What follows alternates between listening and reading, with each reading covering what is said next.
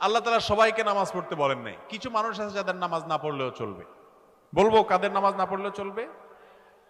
যার মস্তিষ্ক বিকৃত হয়ে গেছে, বেচারা মাথা ঠিক নাই, ডাইরেক্ট হয়ে গেছে, অসুস্থ হয়ে গেছে, পাগল হয়ে গেছে, দীর্ঘদিন সে পাগল অবস্থায় আছে, সেন্স নাই, হুঁশ দিস নাই, পাগলামি করে, পাগল হয়ে গেছে, বিকৃত মস্তিষ্ক হয়ে গেছে, এই লোকের নামাজ মাফ। আপনাদের মধ্যে যারা এরকম আছেন তাদের নামাজ না পড়লেও চলবে।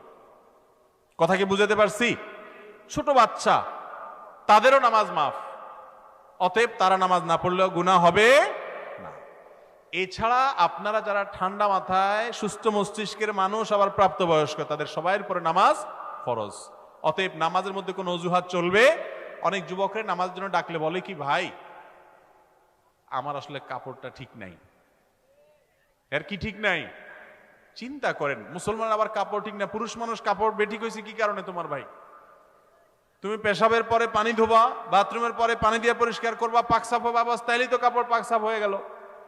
কাপড় যদি পাক সাফ না থাকে, প্রয়োজনে কাপড় জোগাড় করবা, কিন্তু এই অজুহাতে নামাজ তরক করা জায়েজ